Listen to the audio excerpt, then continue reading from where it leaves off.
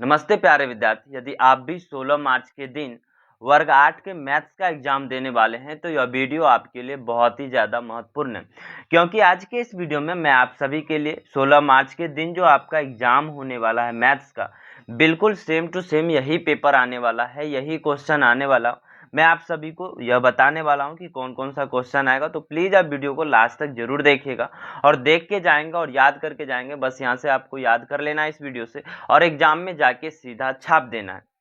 यहाँ पे देख सकते हैं, कहता है कि राज्य शिक्षा शोध एवं प्रशिक्षण परिषद बिहार पटना द्वारा है, यानी कि यह बिहार बोर्ड का जो बच्चा होगा वर्ग 8वीं का वार्षिक एग्जाम देने वाले हैं। 16 मार्च के दिन आपका मैथ्स का एग्जाम है, तो वही सेम टू सेम पेपर मैं आपको दिखाने वाला हूँ। देख सकते हैं एकदम लिखा है वार्षिक मूल्यांकन 2026 प्रश्न पत्र सह उत्तर पुस्तिका, यानी कि आपको प्रश्न पत्र जो है उसी में आपको उत्तर भी लिखना है। देख सकते हैं कक्षा 8 के लिए समय जो है आपको 2 घंटे का मिलेगा।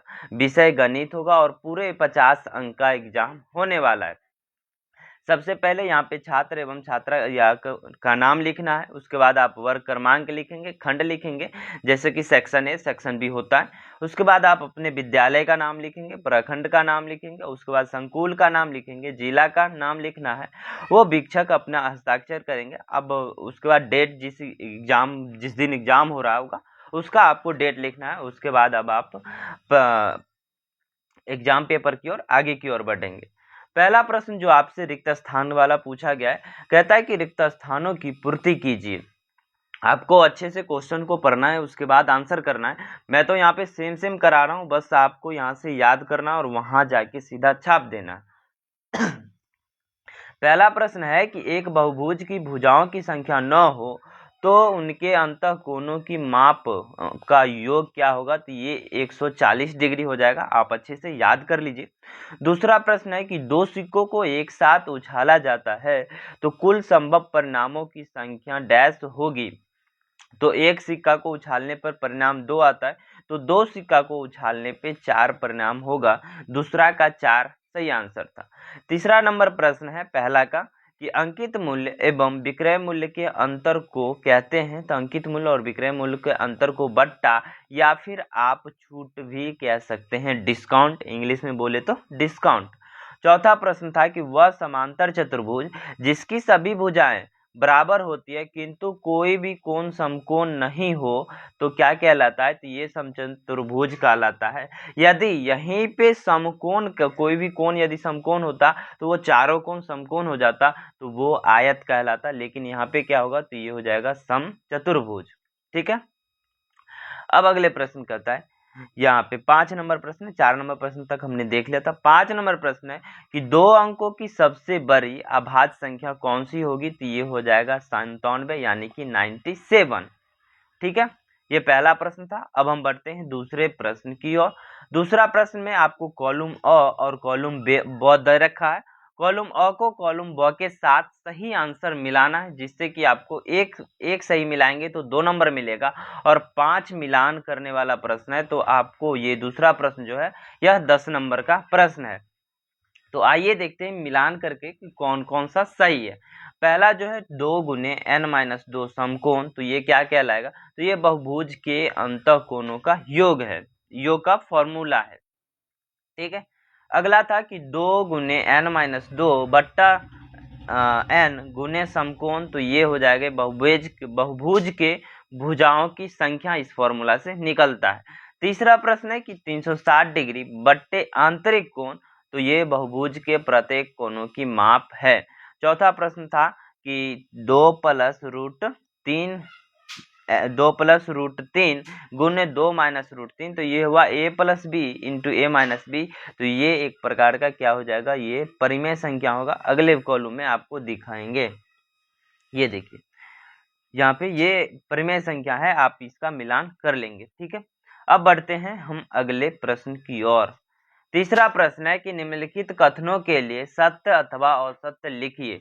तो जो भी कथन है आपको पढ़ के देखना है कि यदि सत्य होगा तो सत्य के सामने हम सही का निशान लगाएंगे, जो असत्य होगा उसके सामने हम गलत का निशान लगाएंगे। इसमें भी 5 प्रश्न दे रखा और सभी प्रश्न जो है 2 नंबर का है, यानी कि यदि आप एक प्रश्न भी सही करके आते हैं तो उसके लिए आपको 2 नंबर मिलेगा। पहला प्रश्न है कि समचतुर्भुज के विकर्ण परस्पर लंबवत होते हैं या फिर लंब होते हैं, तो ये आप सही लगाएंगे ये, क्योंकि ये सही है। दूसरा प्रश्न है कि षटभुज में विकर्णों की संख्या 6 होती है, तो ये गलत है कि षटभुज में विकर्णों की संख्या 6 नहीं होती है। अगला प्रश्न है कि 1, 2, 3 पाइथागोरस त्रिक है, तो ये पाइथागोरस त्रिक नहीं है। पाइथागोरस त्रिक क्या होता है? तो पाइथागोरस त्रिक में जो भी बड़ी संख्या होती है उसका स्क्वायर, यानी कि 3 का स्क्वायर आप करेंगे तो 9, अन्य दो संख्याओं यानी कि 2 का स्क्वायर 4 और 1 का स्क्वायर 1, तो 4 1 5 के बराबर 9 जो है 9 के बराबर आना चाहिए था इन दोनों का स्क्वायर, लेकिन नहीं आता है, तो ये भी आपका गलत होगा। अगला प्रश्न है कि वर्गमूल वर्ग का प्रतिलोम संक्रिया है, तो ये सही है कि वर्गमूल जो है वर्ग का उल्टा संक्रिया यानी कि गणितीय संक्रियाएं हैं। 5 नंबर प्रश्न है कि विषम संख्याओं के योगफल से भी एक घन संख्या प्राप्त होती है, तो विषम संख्याओं के योगफल से भी एक घन संख्या प्राप्त होती है या हो सकती है, तो 5वां का सही आंसर आपका सही होगा। आप सभी आंसर को याद कर लेंगे अभी से 16 मार्च तक, तो आप एकदम जाके सीधा छाप देंगे और अच्छा से अच्छा नंबर, ज्यादा से ज्यादा नंबर ला पाएंगे। चौथा प्रश्न था, एक प्रश्न यहाँ पे 2 प्रश्न दे रखा है, दोनों का यदि आंसर देंगे तो क्या है 5-5 नंबर का प्रश्न है। तो पहला प्रश्न है कि एक आयत की लंबाई और चौड़ाई का अनुपात 3:2 है, ठीक है।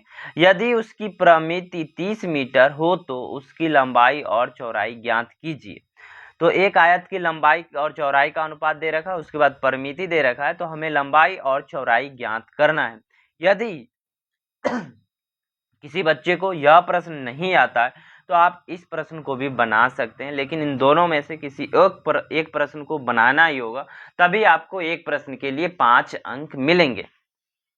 कहता है कि एक समांतर चतुर्भुज और आयत में क्या समानता और क्या अंतर है, लिखिए। एक समांतर चतुर्भुज और आयत में, तो समांतर चतुर्भुज और आयत में जो समानता है वो आपको लिखना है, लेकिन यहाँ पे मैं आपको पहला प्रश्न का आंसर सॉल्यूशन करके दिखाता हूँ कि पहला प्रश्न का सॉल्यूशन क्या होगा।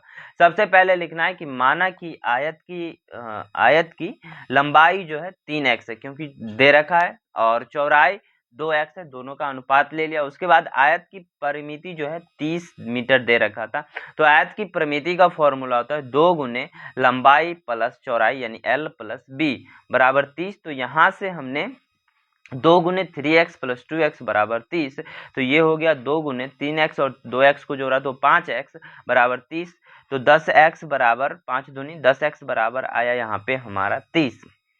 अब x का मान निकालेंगे तो 10x बराबर 30 आया था, तो x बराबर कितना आएगा 3, 30/10 तो 3, x बराबर 3 मीटर आया। तो यहाँ से हमने लंबाई निकाला तो 3 तिहाई 9 मीटर और चौड़ाई निकाला तो 2 तिहाई 6 मीटर, क्योंकि x का मान हमें 3 आया था, लंबाई 3x था और चौड़ाई 2x था। तो ये समझ गए आप, ये बना देंगे तो एक प्रश्न के लिए आपको 5 अंक पक्का हो जाएगा। अब इसी प्रश्न का दूसरा प्रश्न था कि 5 अंकों की वह बड़ी से बड़ी संख्या ज्ञात कीजिए जो एक पूर्ण वर्ग है, तो संख्या का वर्गमूल भी ज्ञात कीजिए। सबसे पहले आपको वह 5 अंक की वह बड़ी से बड़ी संख्या ज्ञात करना है जो पूर्ण वर्ग हो, ठीक है, और पूर्ण वर्ग है, और संख्या का वर्गमूल भी आपको ज्ञात करना है, ठीक है। तो यहाँ पे देख सकते हैं कि इस प्रकार से आप किसी भी संख्या का वर्गमूल ज्ञात कर सकते हैं, और हम 5 अंकों की पहले सबसे बड़ी संख्या ले लिया, उसके बाद मैंने देखा कि हमें क्या चाहिए, फिर मैंने वर्गमूल निकाल लिया। या फिर आपको यह प्रश्न थोड़ा कठिन लग रहा है तो आप दूसरा प्रश्न भी बना सकते हैं। कहता है कि रहीम अपना निवास स्थान 8 बजे सुबह छोड़ता है, ठीक है। उसी दिन 4 बजे शाम अपने निवास स्थान लौट आता है। क्या होता है कि उसी बजे शाम 4 बजे जो है वह अपना निवास स्थान लौट आता है। शेष समय वह अपने निवास स्थान पर ही व्यतीत करता है, तो 24 घंटे में कितना प्रतिशत वह अपने समय मतलब निवास स्थान पर व्यतीत करता है। तो सबसे पहले निवास स्थान पर कितना समय व्यतीत करता है, तो 24 घंटा में जो है वो 8 बजे से लेके 4 बजे तक वो निवास स्थान पे नहीं रहता है। 8 बजे सुबह गया और 4 बजे शाम आया। मानो यदि 8 बजे सुबह गया और 4 बजे शाम नहीं 8 बजे शाम आता, ठीक है, मानो 8 बजे शाम आता तो वो 12 घंटा बाहर रहता, लेकिन 12 घंटा बाहर नहीं रहा क्योंकि 4 बजे ही आ गया, 4 घंटा पहले आ गया, तो माइनस कर दो 4, यानी कि उन्होंने 8 घंटा बाहर रहा। 8 घंटा बाहर रहा यानी कि 24 घंटा में 8 घंटा बाहर रहा, तो कितने घंटा वो अपने निवास स्थान पे रहा, तो 24 - 8 यानी कि 16 घंटा। अब 16 घंटा निवास स्थान पे रहा, प्रतिशत हमें पूछा है कितना प्रतिशत, तो 16 और बट्टा टोटल जो था टोटल कर देंगे गुने 100। ये आप जो करेंगे जो आएगा वही आपका हो जाएगा। यहाँ से देखो 8 दूनी 16, ये 8 तिरिक 24 यानी कि 200/3 हो जाएगा। कितना हो जाएगा 200/3, गुना करेंगे तो 6 तिरिक 18, 2 बच गया, 6 तिरिक 18 यानी कि 66.66%। दूसरे प्रश्न का आंसर आएगा। पहला प्रश्न थोड़ा कठिन था, यदि किसी बच्चे को पहला प्रश्न बनाने में दिक्कत था तो वो दूसरा प्रश्न बहुत ही आसानी तरीका से बता दिया। आप दूसरा प्रश्न ही बना के आएंगे, फिर भी आपको 5 नंबर ही मिलेगा। ठीक है, अब बढ़ते हैं अगले प्रश्न, शायद यह लास्ट प्रश्न होने वाला है। 5 नंबर प्रश्न था कि दीर्घ उत्तरीय प्रश्न है, ठीक है, और एक प्रश्न के लिए आपको 10 नंबर मिलेंगे। किसी एक प्रश्न को आप बनाते हैं तो आपको 10 अंक मिलेगा। पहला प्रश्न था कि प्रवीण किसी परीक्षा में 294 अंक प्राप्त करता है, यानी कि 294 अंक प्राप्त करता है, जबकि उसकी बहन गुंजन उसी परीक्षा में 372 अंक लाती है। यदि प्रवीण परीक्षा में 49% यानी कि 49% अंक प्राप्त होता है, तो अब आपको 3 प्रश्न का आंसर बताना है। तो परीक्षा में प्रवीण के अंकों का उसकी बहन के अंकों से अनुपात ज्ञात करना, यानी कि अब इन दोनों का अनुपात ज्ञात करना। अनुपात कैसे ज्ञात करते हैं, 294 अनुपात लगा दो 372। अब इस दोनों में जो कॉमन होगा कट जाएगा, तो कटने के बाद जो बचेगा वही उसका अनुपात हो जाता है। ठीक है, मैं आपको नीचे सॉल्यूशन करके बताता हूँ, अभी तो धीरे से समझाया। दूसरा ख नंबर प्रश्न है कि गुंजन के द्वारा प्राप्त अंकों का प्रतिशत में मान क्या है। गुंजन के द्वारा, यहाँ पे प्रवीण के द्वारा तो दिया गया कि 49% है, लेकिन गुंजन कितना अंक प्राप्त करती है प्रतिशत में आपको बताना है। तीसरा ग नंबर प्रश्न है कि किसके अंक प्रतिशत में अधिक और कितने अधिक प्राप्त हैं, या फिर कितने अधिक है। आप यहाँ देखो, अंक में यदि गुंजन का अधिक है तो प्रतिशत में भी गुंजन का ही अधिक होगा, लेकिन यहाँ पे बोलता है कि कितना प्रतिशत अधिक है वो भी आपको बताना है। तो अब हम आपको सॉल्व करके दिखाते हैं। यहाँ पे माना कुल अंक x है, ठीक है, तो x का 49% जो है कुछ इस प्रकार से दिया रखा है, तो x बराबर आपका 600 आ जाएगा, यानी कि कुल अंक जो है वह 600 हमें प्राप्त हो गया। अब कुल अंक पूछा था तो ये 600 मैंने निकाल दिया। उसके बाद क में आपको देखो इन दोनों का क्या था कि इन दोनों का हमें प्रतिशत निकालना था, तो इन दोनों का प्रतिशत जो आया था हमें 62/49 आया था। कितना आया था, 62/49। ख नंबर प्रश्न का है कि मानी की गुंजन को A% अंक मिला, तो गुंजन का भी आप निकालेंगे तो ये गुंजन को 62% अंक निकलता है। वहां पे मेरा प्रतिशत ही आया था 49/62, प्रवीण को 49 आया था, तो यहाँ भी प्रतिशत में भी 49 आया, तो गुंजन को कितना आया 62, तो यहाँ भी इसको 62% अंक मिलेगा। सीधा सीधी बात है, ठीक है, घुमाने की क्या जरूरत। अगला ग नंबर प्रश्न था कि गुंजन का अंक प्रतिशत अधिक है। देखो इसको 49 मिला था, इसको 62 मिला, तो अब निकालना कितना अधिक है, तो 62 - 49 कर दो तो ये आएगा 13, और 13% अंक अधिक प्राप्त हुआ। तो ये मैंने आप सभी को पूरा का पूरा 1 से लेके 50 अंकों तक का प्रश्न, पूरे 50 अंक का प्रश्न जो था मैंने आपको बता दिया। हमें उम्मीद है कि आप सभी को यह वीडियो पसंद आया होगा, और अभी से आपके पास समय है, आप एक बार नहीं 2 बार 3 बार जितनी बार आप वीडियो देख के याद कर लो, और यही सेम टू सेम प्रश्न आने वाला एकदम जाके एग्जाम में छाप देना। तो मिलते हैं फिर से आपके लिए दूसरे किसी चैप्टर, दूसरे किसी विषय का वीडियो लेके। तब तक के लिए यदि आपने अभी तक चैनल को सब्सक्राइब नहीं किया है तो चैनल को सब्सक्राइब कर लीजिए, वीडियो को लाइक कर दीजिए, ताकि कोई भी वीडियोज आपसे मिस नहीं हो पाए। थैंक यू, धन्यवाद।